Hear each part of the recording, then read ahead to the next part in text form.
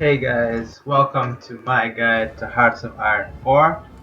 For this very first guide, I am going to show you how to play a minor nation, but we are going to select what is the biggest minor nation. So select country. We are going to select one of probably the biggest minor nation and the minor nation that is supposed to be neutral, but probably could have a significant impact in World War II. We're going to pick Turkey as our side this time. Now, I'll be playing it on regular difficulty.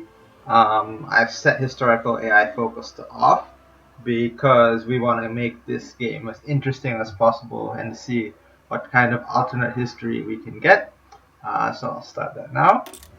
And let us see. So I am going to do these videos in bits. I won't record the whole gameplay because that will take hours, of course. But I will record key moments in the game, such as when we decide to start wars, like in case we invade neighboring nations, small nations, of course, or if we get involved in World War II, which we should. Um, Anyway, so firstly, I am going to go through each of the tabs before ending this video, just to show what kind of direction I am going to take. So firstly, with the research slot, we have three of them. We need to focus mostly on industry first. So first we're gonna go construction speed. Definitely need that. We definitely need production efficiency cap, and let's see. Do we know this? Research time minus 2%. Yeah, great. As the game progresses, we'll start doing a bit more research on the military side. But at the start, I think Turkey starts a bit behind in terms of these kind of things. So it's important that we need to catch up on them. We also have very low manpower compared to the major nations, of course. So it's important that we keep our technology up to date, or even if possible ahead of some of the other major nations. The reason we pick these kind of researches first is to do that. So we're going to build up our infrastructure, our research capabilities to stay ahead of the curve, essentially. Next, go to diplomacy. Don't worry about that yet. Trade. There'll be some messages, no worries. Construction. So construction.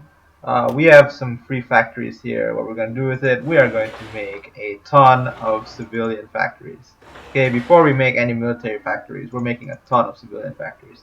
I believe we only start off with about 4 military factories, and we want it to be something like 10 to 12 later on when we are in wars. But, to start off with, hell yeah. Um, Civilian factories for the win, because civilian factories can be converted later on to military factories. You also need civilian factories to make consumer goods, and consumer goods you trade for resources. So very important. And also, civilian factories make more factories and other facilities like infrastructure, uh, docks, anti-air, etc. So that's in construction. Now in production, how many free military factories do we have? I believe we start off with 4. One's making fighters. Yeah, no, we don't need to make fighters just yet.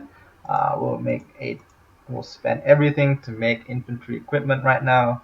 I don't think we've researched support equipment quite yet, so don't worry about that.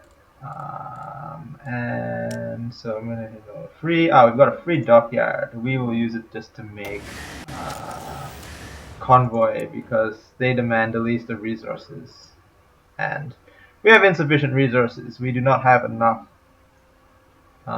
oil to make these convoys. But you know what? It's not really that important for us. Even though it produces at a slower rate because we don't have enough resources, we'll be okay with that because we don't really need a navy. As we're not planning on invading that island or any of that stuff. Um, and national focus. So national focus, I'll draw your attention to some key ones here. Firstly is this tree, the industrial effort. Construction armament efforts are basically free factories. So like I mentioned before, we want about 10 to 12 factories. and armament effort later on adds 1, 2, 3 factories, so that makes 7. So we only need to make about 3 to 5 more after that in order to be self-sufficient. We definitely want to get construction effort, infrastructure effort, and definitely this.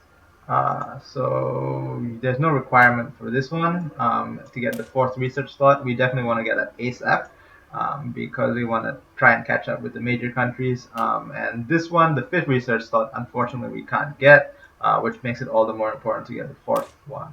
So I'm going to start, and I'm going to start with industrial effort. Um, national focus, national focus. The other ones, like army effort, aviation effort, and naval effort, are good for the wars. But even if we don't have them, we won't worry about them yet because if we're attacking somebody smaller than us, we'll probably just outnumber them and use our infrastructure advantage. In terms of political effort, this is also really important. So after industrial, I'll probably do a mix of industrial and political effort trees because what we want to do is we want to align as soon as possible with either the fascists or the communist Soviet. For this one, I'll probably align with Soviet, and there's a good reason for why that is. The first reason is, of course, they are next door, and we don't know what's going to happen. They might invade us if we don't align with them. So it will be in collectivism, it is internationalism focused, so that we become a communist country. And also, the other reason for that is because there are policy changes that we can make if we have joined the communist or fascist faction. So the first thing is like this thing, civilian economy. So this is what we start off with because we are at peace. Slower construction speeds, slower what do you call it? Factory conversion. We're not really going to do that anyway right now, so that's not a big deal. But consumer good factories, 30%.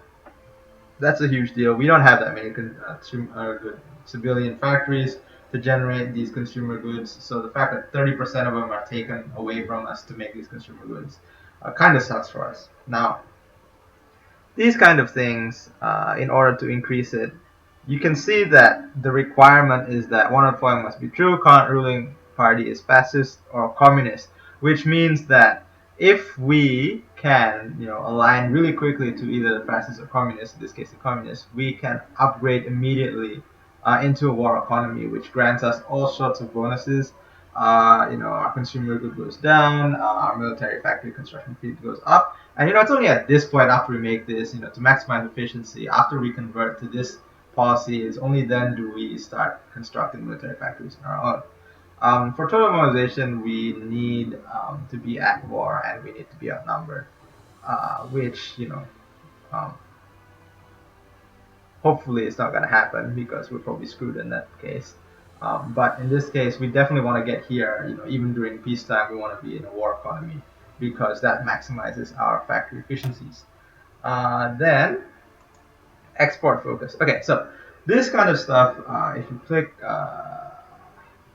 no resources will be exported, resources gets small bonuses, export focus gets a few bonuses in factory output construction speed. But in free trade, now see, the thing is here in free trade is when you get the biggest bonuses. However, you also get a lot of resources to market. So you export your resource, a large portion of your resources for consumer goods, but you get a lot of bonuses. Now, since we are primarily going to be importing a lot of resources, we have lots of chromium, but in terms of oil, steel, aluminum, everything like that, we're probably going to be importing them. So free trade is going to be really advantageous for us. In fact, it might be the first or second thing that we get with our political power. Oh, let me just start the game actually. Wait. So we no, free speed is good for now. So with this, we definitely want to get into free trade. We definitely want to get that war economy going, and we definitely want to get this guy, communist revolutionary, and he allows us to align with the communist faction faster, which is fantastic because ideally, even though this tree can do the same, we want to get started earlier than that, and of course, we want to try and get our construction effort down as much as possible first. Anyway, thanks for watching. I'll keep you guys updated to when we start our first war. You guys probably don't want to see me like group the armies. That's pretty boring. And the first stage of the war is pretty boring anyway. Nothing's really going on right now except for Italy like fighting Ethiopia. That's not really that interesting.